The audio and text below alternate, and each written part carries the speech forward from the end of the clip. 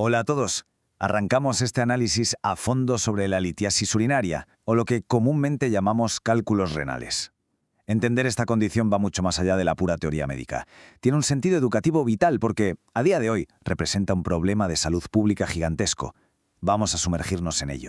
Y para entender la magnitud de la que hablamos, pensemos en este dato. En los países desarrollados, los cálculos urinarios afectan nada más y nada menos que a un 5% de la población.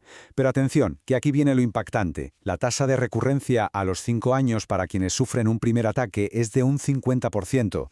Es decir, la mitad de los pacientes que pasan por este doloroso trance volverán a enfrentarse a él. Una auténtica barbaridad.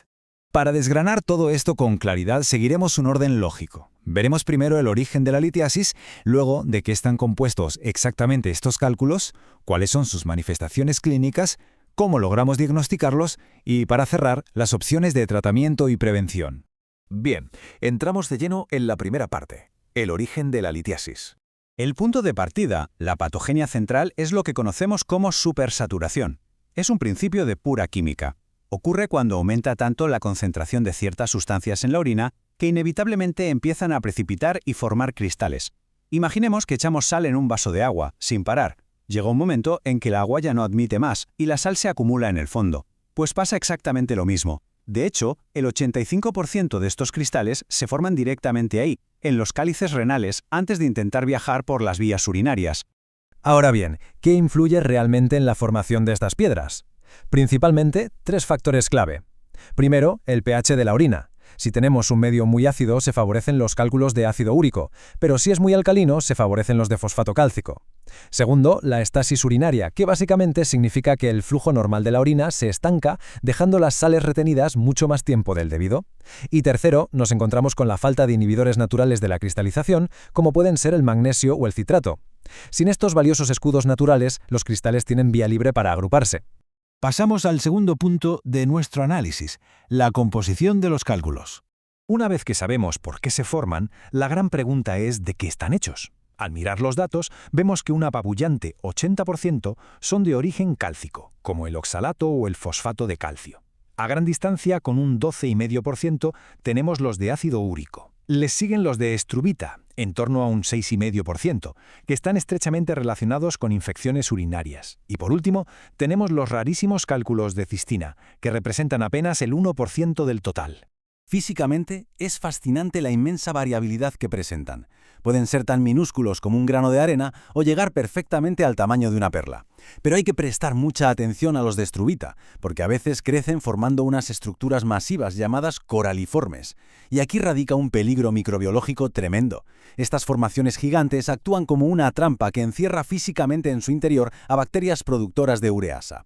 Al estar ahí protegidas, es dificilísimo eliminar los microorganismos, lo que genera problemas muy serios de resistencia a los antibióticos. Y esto nos lleva a la sección 3, las manifestaciones clínicas. Cuando uno de estos cálculos decide moverse o bloquea el tracto urinario, la presentación clínica es, por desgracia del libro, y extremadamente dolorosa. Hablamos de la crisis renoureteral aguda, el clásico cólico nefrítico. Sigue una ruta clarísima. Arranca como un dolor brusco, paroxístico e intensísimo en la zona lumbar, provocado porque la vía urinaria se sobredistiende de golpe. A diferencia de un simple dolor muscular de espalda, este dolor no mejora ni al tumbarse ni al cambiar de postura. Conforme evoluciona, el dolor irradia directamente hacia abajo, buscando la zona de la ingle y los genitales. Pero claro, un dolor de tal magnitud no viene solo. Suele venir acompañado de lo que en medicina se llama un cortejo vegetativo, que se traduce en náuseas muy severas y vómitos. Además, si la piedra se acerca a la vejiga, empiezan los síntomas irritativos, un escozor terrible al orinar o una urgencia constante por ir al baño. Y por supuesto, es muy frecuente observar hematuria, es decir, sangre en la orina, ya sea visible a simple vista o detectable solo bajo el microscopio. Llegados a este punto, la clave absoluta es vigilar las complicaciones, diferenciando bien las de corto y largo plazo. A corto plazo nos enfrentamos a emergencias médicas inmediatas, cosas como la aparición de fiebre por una infección sobreañadida o la anuria, que es cuando los riñones dejan de producir orina debido a la obstrucción. Por otro lado, a largo plazo, el gran riesgo es que la irritación crónica de toda esa zona pueda acabar derivando en lesiones precancerosas en el urotelio. Así que desde luego no es algo para tomarse a la ligera. Por eso mismo es vital saber en qué momento un cólico pasa de ser un cuadro manejable a convertirse en una emergencia total. Si aparece fiebre por encima de los 38 grados, un dolor sencillamente incontrolable que no cede con medicación, obstrucción severa o si nos encontramos ante un paciente monorreno, es decir, con un solo riñón, saltan todas las alarmas. Esto se cataloga automáticamente como un cólico complicado y requiere un ingreso hospitalario inmediato. Avanzamos ahora a la sección 4, el diagnóstico en el entorno clínico. Aunque la sintomatología suele ser bastante evidente, para confirmar el diagnóstico y trazar una estrategia necesitamos 3 pilares estructurales. Primero, un análisis exhaustivo de orina para revisar el sedimento y descartar cualquier infección. Segundo, una analítica de sangre que es esencial para comprobar cómo está funcionando el riñón y buscar marcadores inflamatorios. Y tercero, lógicamente, las pruebas de imagen para visualizar de forma directa dónde está el problema. Y dentro del mundo de la imagenología, cada herramienta tiene su momento ideal. La radiografía tradicional va fenomenal para localizar cálculos de origen cálcico, pero no puede ver los demás. La ecografía nos ayuda muchísimo identificando cálculos que la radiografía no detecta, aunque a menudo pierde de vista lo que ocurre en todo el trayecto del uréter. Por eso, a día de hoy, el estándar de oro absoluto es la tomografía computarizada sin contraste. Es una herramienta maravillosa porque localiza la piedra con precisión milimétrica e incluso nos revela su densidad, algo fundamental para decidir cómo tratarla. Y con esto llegamos a nuestra quinta y última sección, el tratamiento y la prevención.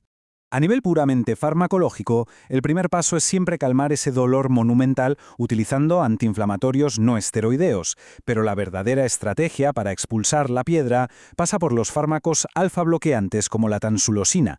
Lo que hacen es bloquear ciertos receptores y relajar la musculatura lisa de la próstata y el cuello de la vejiga. Al conseguir esta relajación anatómica, estamos facilitando enormemente que el propio cuerpo expulse de forma natural esos cálculos más pequeños. Pero claro, ¿qué ocurre si el cálculo es demasiado grande y sabemos que no va a salir por sí solo? Pues aquí entra en juego una técnica fascinante llamada litotripsia extracorpórea por ondas de choque. Básicamente, consiste en aplicar ondas acústicas de altísima energía desde fuera del cuerpo. Al impactar de lleno contra la litiasis, generan unos cambios de presión y descompresión tan rápidos que literalmente hacen añicos la piedra, convirtiéndola en fragmentos minúsculos que ya sí se pueden eliminar de forma totalmente natural y segura. Sin embargo, el panorama cambia drásticamente si nos encontramos con un bloqueo severo, que además ha provocado una infección en el riñón. Es lo que llamamos una pielonefritis obstructiva. Ante una situación de tantísimo riesgo, hay que recurrir a cirugía para colocar un tubo de nefrostomía. Se trata de un catéter que entra desde la espalda directo hasta el riñón. Su misión es urgente: drenar toda esa orina infectada, aliviar la tremenda presión acumulada y evitar daños irreversibles en la función renal. Entrando en el vital terreno de la prevención, hay un sentido educativo que no podemos pasar por alto. Es de conocimiento general que mantenerse bien hidratado es la mejor forma de diluir la orina a diario, ¿verdad? Pero cuidado, porque hay una regla clínica que choca con la intuición. Si estamos sufriendo un cólico agudo, intentar beber grandes cantidades de agua de golpe es una pésima idea. Lejos de ayudar a empujar la piedra, lo único que logramos es incrementar rápidamente la presión en un sistema que ya está bloqueado, multiplicando el dolor de forma innecesaria. Hidratación constante, sí. Atracones durante la crisis, no. Y hablando de prevención efectiva mediante hábitos cotidianos, hay un remedio sencillo que funciona excepcionalmente bien: los cítricos, en especial el zumo de limón. El limón está cargadísimo de citrato, y como vimos antes, el citrato es un inhibidor natural maravilloso que se encarga de unirse al calcio en la orina. Al hacer esto, secuestra el calcio para que no pueda combinarse con el oxalato. Dicho de otra manera, estamos dejando a la futura piedra sin sus ladrillos de construcción. Es química preventiva brillante aplicada en nuestra propia cocina. Y para concluir este análisis nos queda una reflexión muy seria sobre la salud pública del mañana. Si observamos la tendencia global imparable hacia estilos de vida más sedentarios, el aumento de la obesidad y de los síndromes metabólicos, ¿hasta qué punto se va a disparar la carga de esta afección en las próximas décadas? Hablamos de una condición extremadamente dolorosa, pero, como hemos visto, en gran medida prevenible. Sin duda es un inmenso desafío que la medicina moderna y nuestra sociedad tendrán que responder muy pronto. Gracias por acompañarnos en esta inmersión.